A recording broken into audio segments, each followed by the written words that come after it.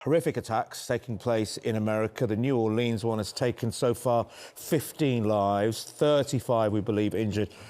The whole timing of this as well, you know, New Year's Day, it's almost been designed to sort of, you know, a lot of us go to New Year with hope. Hope for peace, hope for change. And it's almost like the timing of this, Ava, is to just remind, you know, the terrorists to remind that terror is still a huge threat to us from particularly if it is IS or whoever it might be involved, it's still a huge threat to the world. Well, yeah, and Biden has actually downplayed the threat of, you know, IS terrorism for quite some time now, quite a number of years. What's frightening about this, though, is Donald Trump's willingness to jump onto the event very quickly in a way that I think is harmful and very dangerous. You know, immediately talking about immigration, immediately trying to whip people up. You know, you haven't even had a moment to grieve. You haven't even had a moment to digest that 15 people were taken in this heinous way. And he's already jumping on that bandwagon. Now, we know that this man was a US citizen, but not just that, he was a veteran. Now, veterans, you know, in America are considered sort of almost like, you know, in the upper echelons of people who are protected in US society. You know, they're sort of seen as like angelic almost. This man was American. For Donald Trump to jump onto social media and start whipping up hatred all of a sudden, that's really frightening. And from a politician's point of view, can you understand people like Donald Trump sort of going straight into the politics of this quite? No, I can't. I totally agree with Ava. I mean, this guy was an American citizen. He was born in America. He was born in Texas. He served in the US Army for 15 years. And I think it was Eric Trump who tweeted Biden's parting gift to America. And it was very quick for misinformation to spread around the internet that this guy had come across the border 2 days ago intent on attacking America. So it just stirs up hatred between communities and between Americans. It's really disgusting. But obviously, you know, you have to look at what this terrible act and what this guy did and how he was radicalised. And it's such a complex and difficult issue to tackle because obviously, you know, he'll have got a lot of the material that radicalised him will be online, they'll be on US-owned platforms, which he would have seen. It's true what Ava said, that Biden presided over a period of quite a peaceful period in terms of terrorist threat to America because ISIS was very subdued in the Middle East. Now we know with Syria collapsing, we don't know what's going to happen next. We're glad that Assad has gone, but we have all these IS terrorists currently being held in northern Syria by the Kurds. Will they be released? So we also have to be alert that this could be a new era of terrorism. But I completely agree with Ava. If that is going to come, the best way to combat it is to be united, to understand the complexity of the threat, not to divide communities and turn them against each other. Well, and that's interesting, isn't it? Now, there are two terrible events. The New Orleans attack, which the FBI have sort of said they found the flag, they found a gun, they found a rifle as well in the vehicle. So that seems to be leading towards more definitely some sort of terrorist attack, and they've stated it. The explosion in Las Vegas, they haven't ruled anything out, but they're still looking at, aren't they, coming some hours afterwards. But you can't help but wonder about the fact that it was a Tesla, Elon Musk, outside Donald Trump's hotel in Las Vegas, that there feels like a pointed message there. We don't know that, but Elon Musk has said very definitely nothing to do with the car, Gov. There were fireworks or some kind of explosive device in there. And so you don't know, do you? Or you begin to wonder what the point of the explosion is and whether maybe that's why Donald Trump leaps in, because he's trying to say this is the problem, because it's pointed at him. Yeah. Well, I mean, it's a good example of why we shouldn't, I think, speculate too early. But clearly you can read into it the symbolism of this attack. Somebody lost their life in that attack as well. So it's a very serious terrorist in the broadest sense of the word attack. But what was the motive behind it? We know the motive behind the New Orleans attack. We don't know the motive behind the Vegas attack. But again, this is a good example of why, you know, I think Biden has played it appropriately. He said, I'm not going to comment until I've seen all the facts that are possibly available to me. Just on the cyber truck and the Trump link, it's not us making that speculation. The sheriff in Las Vegas has actually made that. No, I think common sense would dictate that there is some link between Musk, Trump, and don't yet know if it's directly terrible. They're just being reserved, aren't they, about saying why or what? But like you said, that kind of pointed sort of thing of that location. Yeah, and that's the problem with the sort of immediacy that is, Donald Trump running Truth Social, that social media account, and then Elon Musk running Twitter, or now known as X. There's sort of an immediacy. You expect people to speak very quickly after an event, and actually you need a bit of grace. You need a moment to sort of recollect your thoughts, but it's money for these people. Elon Musk makes a lot of money by people reacting quickly after horrific events. Every single person that tweeted about that event, every single person that speculated, that was cash in his pocket. And, you know, maybe there's I've said it before on this programme, but maybe this is a moment in time where we go, actually, maybe these social media sites need to be regulated. On the other side, of course, as you point out, 15 people lost their life in the New Orleans attack. And you have to wonder about some of the protections, really popular tourist area, popular quarter of the city, the French Quarter. Questions already being raised about how the driver was able to get round the barriers there to protect. At one point, the truck was going at 70 miles an hour. Now, you know, to get to that kind of speed at an event, which is so... We're looking at images from the area now, looking at, you know, so densely populated with people out celebrating. Very flimsy barriers were in place, and actually some security bollards were removed just before the attack because they were malfunctioning. Have we sort of relaxed a bit on terrorism, or is there just, sadly, no way to stop a determined individual or group? Well, I mean, it was the IRA who famously and chillingly said we only have to get lucky once when they bombed the Brighton hotel. And that, I'm afraid, is the situation with terrorism. But don't forget the mass casualty events in America often are the result of shootings by mentally disturbed people who have free access to weapons. So you've got this incredibly complex array of the easy access to guns in America, social media, and so on. But you can't legislate to stop people renting a truck and driving it at a crowd. And you have to have this balance between people who want to celebrate and enjoy. I don't know the geography of New Orleans, I haven't been there, and surrounding everything with such tight security that it makes it a thoroughly unpleasant event. We've learnt this, obviously, in London. We've seen car attacks in London. There are now barriers on London's bridges, but you can't protect every square centimetre of London. No. Do you think it will raise questions for our safety here in the UK? Well, I mean, I think it raises questions about intelligence, doesn't it? Because what I don't understand is if this was a coordinated attack, as the FBI are now suggesting it might be, how did no one know about it? How did no one know? I mean, terror attacks are foiled every single day in this country, and that's because, you know, unfortunately, we do live in a surveillance state, and that's because of these incidences. Well, I suppose I was thinking about that. I was thinking, well, you know, when we had suicide bombings in this country, you know, there was a particular, specific type of weaponry to create those suicide bombs, which I think if you are tracking people's phones, those little buzzwords, clue words might come up for people who are monitoring. But if you're simply just hiring a car... Yeah. If you're hiring a car, how does that come up on a terror watch? Wasn't he? He was, you know, he was a US veteran who became radicalised. Yeah. He'd moved towards, you know, this sort of IS, you know, mantra. It wasn't like, you know, he'd grown up or he'd been doing it in quiet, you know. It's a good point. I mean, you'd like to think that here in the UK we've been fortunate so far not to have a major attack from, and you'd like to think, is that because of our intelligence? You know, our I mean, we have had attacks. No, I think Kate is right to say we now need to be vigilant. This is a crude phrase, a wake-up call. You know, we can't expect that kind of terrorism has receded in the rear-view mirror, but we also do have to be grateful, I think, to our security services. We're used to kind of being rude about public services at the moment. I think there's a poll about trust in the police coming out today as well that we might discuss. But, you know, there are... the things we do not see are the terrorist attacks that are foiled. What they're doing. Yeah. Terrible. We'll bring more on that as it develops, I'm sure, even this morning. Yes, I'm sure. We're hoping to speak to people on the ground as well, because there were some eyewitnesses who must have just been terrified and bewildered, particularly in the New Orleans attack. Should we talk about the weather? Well, we are British, why not? Because, you know, we are British, exactly. We seem to be braced for some extreme temperatures. We were trying to work out the last time it was -10. Yeah. I can't really remember it being that cold in the UK. Which bits are going to be -10? Well, you don't know, do you? So, and these are only predictions. Des, I don't know whether Des is there.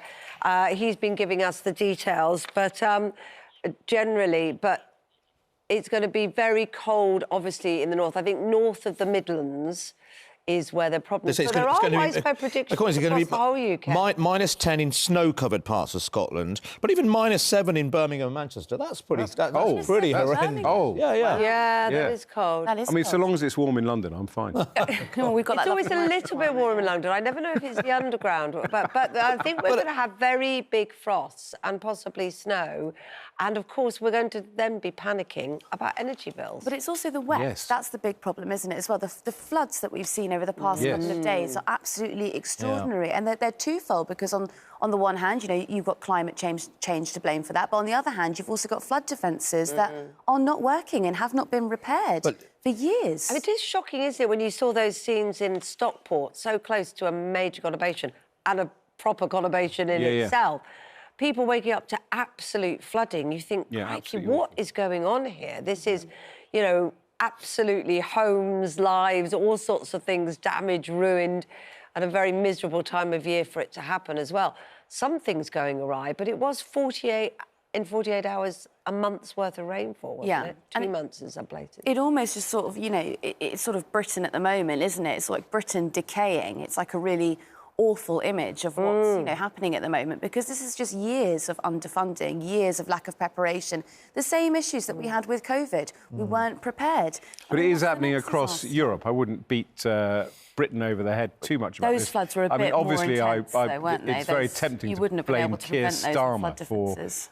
not stopping the minus 10. You know, what is he doing? I was actually blaming the as Tories for Prime not Minister. putting in the flood but defences. you would have seen the horrific pictures from places like Germany and so on, and people lost their lives. Quite significant numbers lost their lives. Spain as well. And all, you know, The Spanish floods, which again, the UK health... the king was spattered with mud. So there are. We're just not.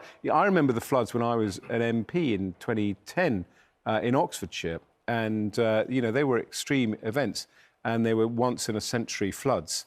This is now the new normal. These extreme. Well, this is the point. You know, the UK Health Security Agency said have activated a 72-hour yellow cold health alert, which will kicked in from 9 a.m. on Wednesday, and it will last until Saturday. And they are worried about the risks of deaths in elderly people. The point is that we know that, but are we doing enough of, you know, as a country now? If we know there are elderly people watching this show now, then what am I going to do? It's going to hit minus 7. It gets very cold in my flat already. Are we as a nation doing enough for those people? Well, I mean, I think... is it just call on your elderly neighbours? Obviously, Ava and I were having a bit of banter about Keir Starmer, but there is a political angle here, I'm afraid. It's a crude point to make, but it is true, which is that the government has to be accountable for these things, and it will land on the government's desk if there are extreme weather events, if there is flooding where the government is seen not to be responding appropriately. And obviously, you've got the cancellation of the winter fuel payments to pensioners. Now, some people think that is justified, some people don't. But if it's happening when temperatures are plunging to minus 7, when this gas contract has come to an end between Russia and Ukraine, although that's not going to have a huge impact, but energy prices are rising, people are going to want answers. They're going to want a response from the government. They absolutely are. And you do also wonder, not just about some of the planning, not just in terms of flood defences. You mentioned Oxfordshire, but there are whole areas which now have houses on that used to be floodplains. You do wonder about why, you know, new buildings are getting flooded, but also old towns and villages are. Are we planning how we manage our rainfall? I doubt it. I don't think we've planned for anything in the past 25 to 30 years. But, you know...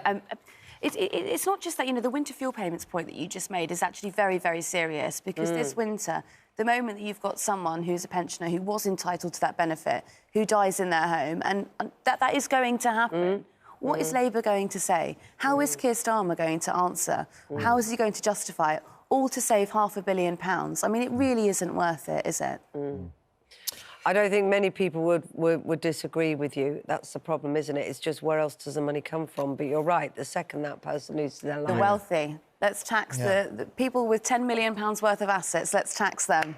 Right, shall we talk about something else that we talk about a lot in Britain, and that's the small boat crossings. This is one of probably the biggest stories of the last few years in the UK, and the Home Office released some stats yesterday, New Year's Day, and it said that 36,816 people crossed the English Channel in small boats in 24.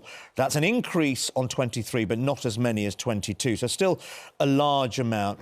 And meanwhile, the Times are running a story that the government is promising a crackdown on people smugglers. Do we feel that the government have got this under control? Because a lot of people at home think it will look like that they haven't. I think the Refugee Council says something very frightening. They've put out a piece overnight.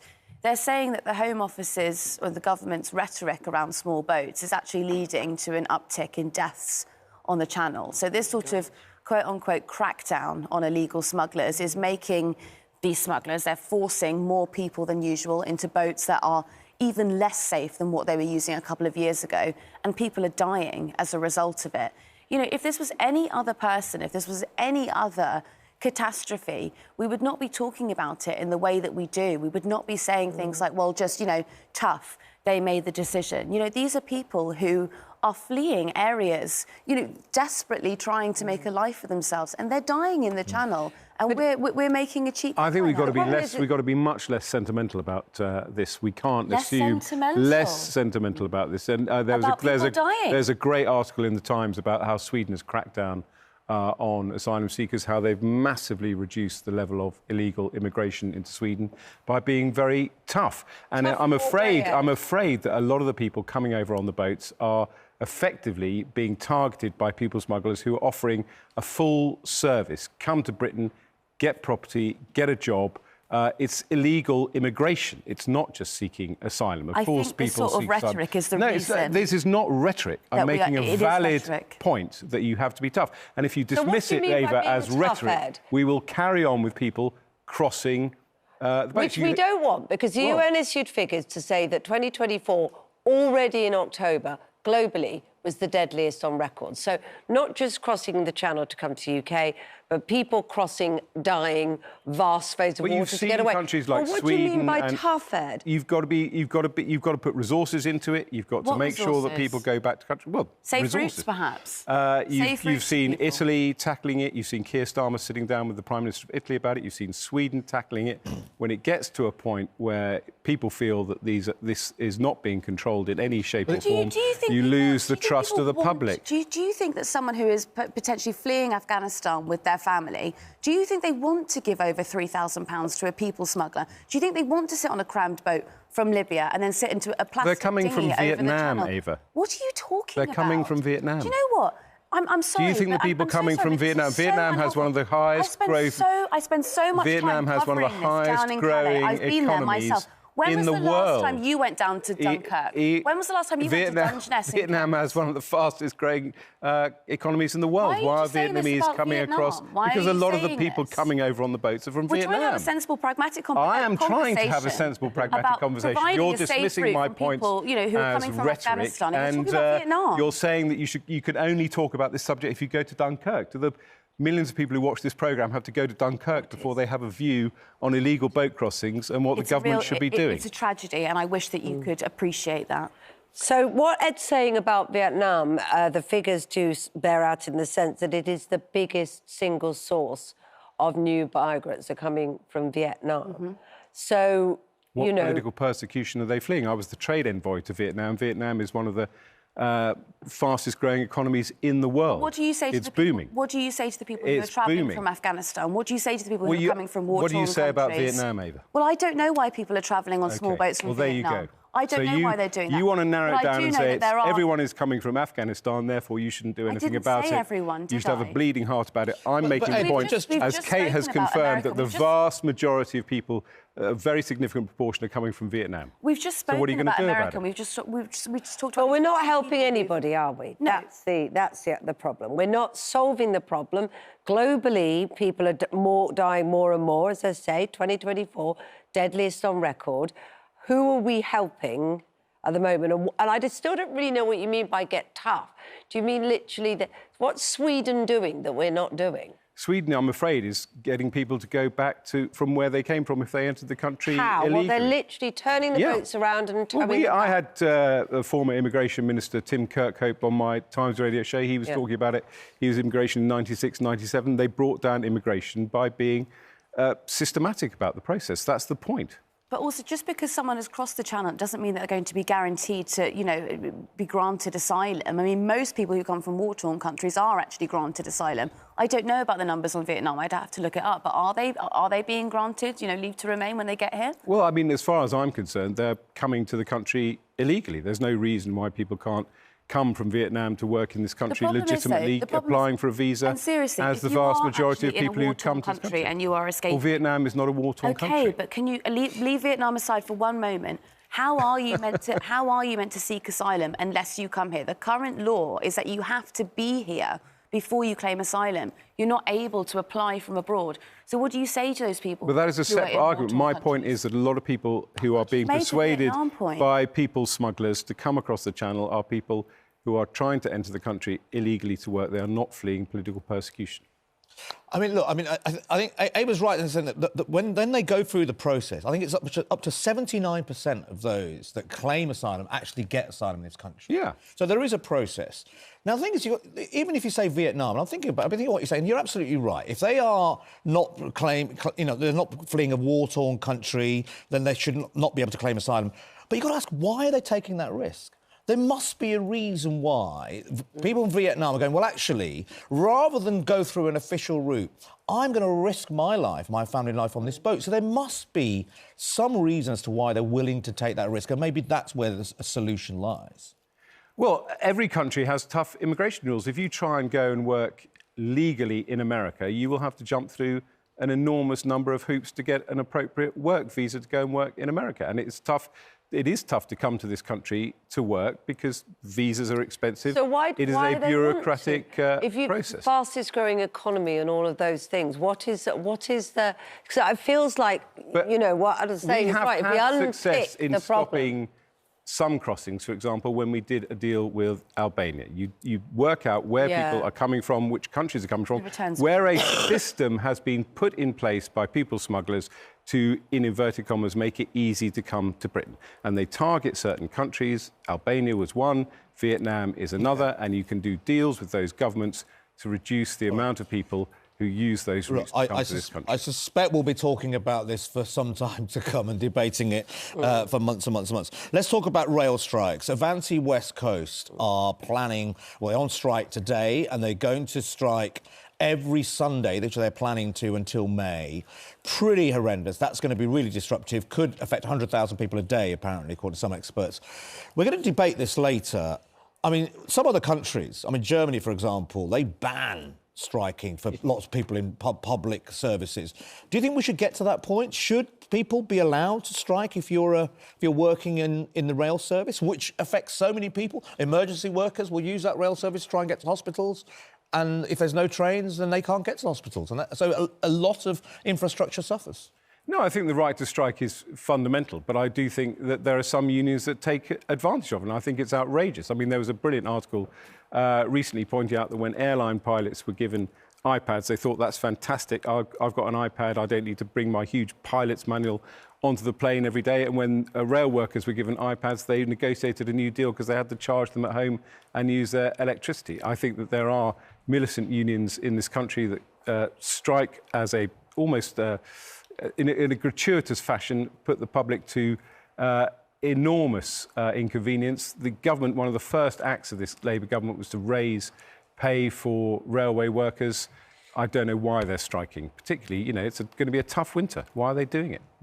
Well, they've got their reasons. They're claiming that, you know, they don't get the proper sort of pay on rest days, for example. When they have to work on rest days, they're not getting as much as the people that are brought in to cover them. Yes. I mean, managers are brought in on, like, you know, an obscene salary, brought in to do the same job, and they don't care about the railway, they don't care about the train or the passengers because they're brought in basically on contract. And they're arguing, quite fairly, I think, you know, we should get that pay, we should get that level of pay. But, you know, it's funny, our arguments about strikes, we always seem to target the railway. For some reason, it really riles people up. And actually, it's not the people who are working it. Well, it's a pretty impactful thing. I mean, it could be up to 100,000 people affected on these days.